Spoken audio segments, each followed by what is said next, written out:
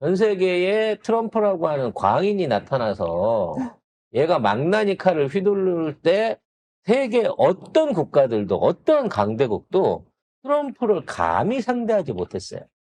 근데 그 트럼프를 워워워 해가면서 우쭈쭈쭈쭈. 네, 우쭈쭈 워워워 해가면서 뭐랄까 정상화시키고 있는 미친 소를 진정시키고 있는 유일한 국가가 대한민국이고요.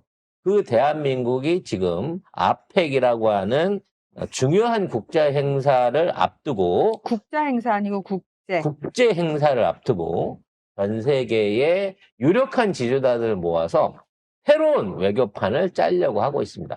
사실 이제 아펙이라는 이 기구가 큰 거는 사실이지만 솔직히 G7이나 G20에 비해서는 그 위상이 그에 달할 만큼 크진 않았어요. 그리고 또 그 참가국들이 저변이 넓고 태평양 주변 이 국가들 주요 회원국들이 아무래도 이제 중진국 수준에 있는 국가들이 많다 보니까 늘 언제나 이제 미국의 영향력이라든지 일부 국가들의 영향력이 커지는 과정 중에서 중요한 이슈들이 조금 편향적으로 흐르는 그러한 좀 오류들이 있었습니다. 그래서 무용론도 있고 그랬었는데 여기에 대한민국이 이번에 진행하는 아펙이 새로운 전기를 만들고 세계 외교 그리고 세계 무역에 어떤 안전판 기준점이 되려고 하는 영향력이 미치고 있습니다. 한미가 29일 정상회담을 하고요. 관세와 안보에 대한 합의문 발표를 하겠다라고 하는 스케줄이 나왔습니다. 실무선에서 최소한 도장찍을 합의안이 나와 있다는 얘기입니다. 네. 한미 양국이 오는 29일 경주 정상회담에서 관세, 투자 등의 합의 내용을 담아 발표할 팩트시트 문구를 조율하고 있다고 합니다.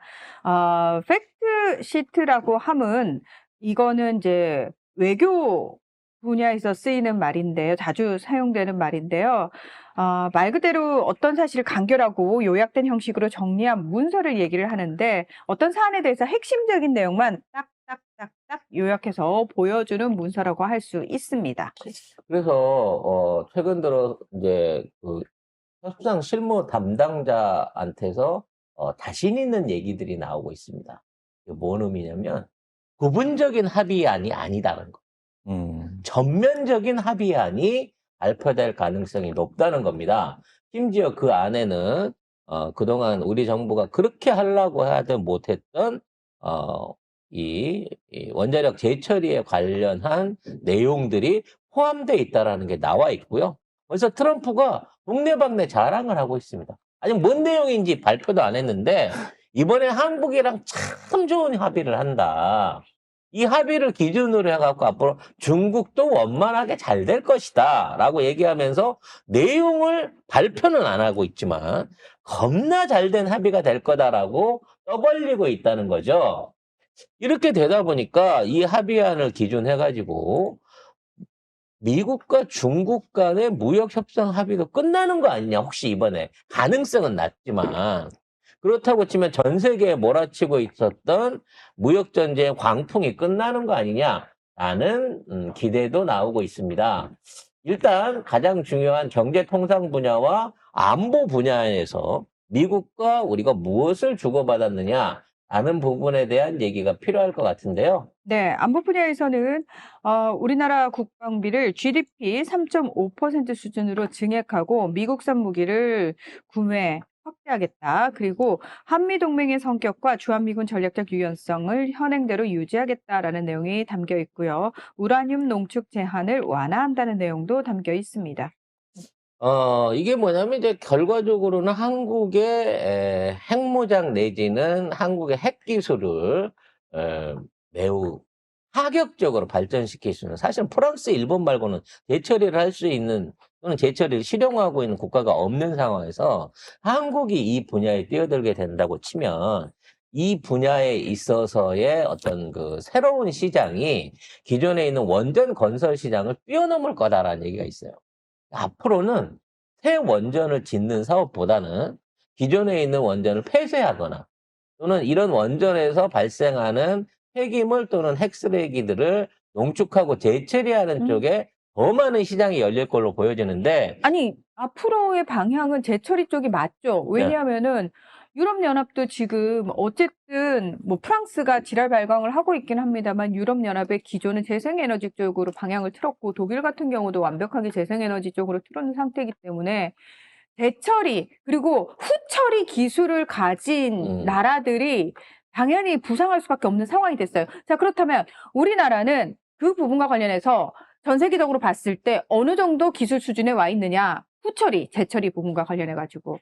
그래서 현재 우리나라의 재처리 기술은 실제로 대전 대덕연구소 안에서 파일로트 형태의 소각로를 실용화하고 있고 4세대 원전으로 불리는 소듐 원자료를 실용화한 상태로 확인이 되고 있습니다. 이 얘기는 뭐냐면 단순하게 원자봉을 갖고 와서 폐연료를 태워서 농축하는 기술을 떠나서 이거를 기존의 우라늄과 섞어서 연료로 재활용하는 기술까지 이미 파일로트 단계에서 성공해 놓고 있다라고 얘기가 나오고 있습니다. 저는 이 기술이 우리나라한테 진짜 지금 시점에서 중요하다고 생각하는 게 뭐냐면 웨스팅하우스하고의 그 말도 안 되는 노예 계약 있잖아요. 그럼 그거 우리는 폐기해야 돼요. 그렇죠. 그러니까 무슨 얘기냐면 알았다.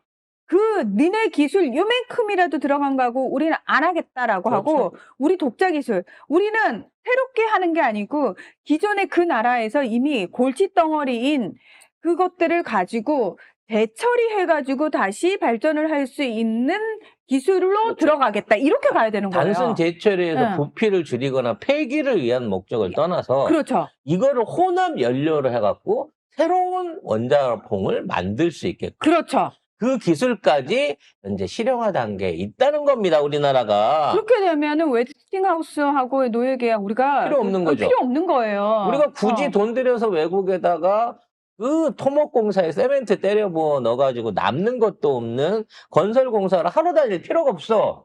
나중에 그냥 연료봉만 팔면 돼요.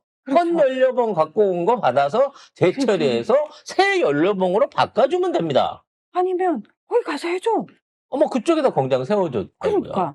그래서 이 부분에 대한 협의가 만들어지게 된다고 하면 우리나라 원자력 산업의 어떤 방향성이 기존에 있는 뭐 경수로 건설이라든지 뭐 해외에서 경쟁 이거하고는 완전히 다른 방향으로 가게 될 것으로 보여집니다. 그만한 기술이 있다는 것이죠, 이미. 그러면 그 기술을 가지면은 핵 잠수함?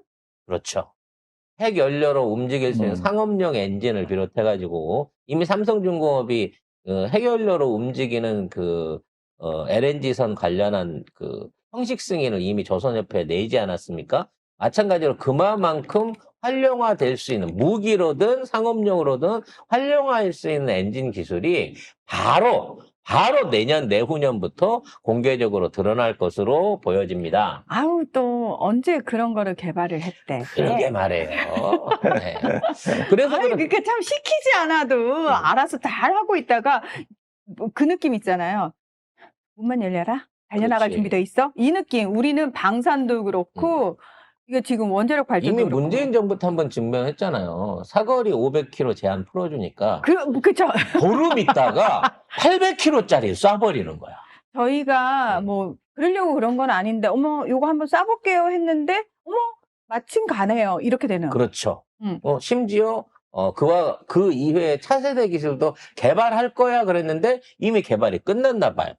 아무튼 관련해서 지금 미국의 이와 같은 태도는 한국에 대한 방위 역할을 좀 더 늘리고 한국이 주도적으로 동아시아 방위와 중국, 러시아 견제 또 북한에 대한 제한을 할 수 있게끔 그 선을 깔아주고 기술은 허용하되 비용은 떠넘기는 방식으로 빠져나가려고 하는 건데 우리 입장에는 이런 방식으로 자주적인 외교 그리고 자주국방을 할 수 있는 게 외교적으로도 국익적으로도 훨씬 큰 이익이라는 거죠.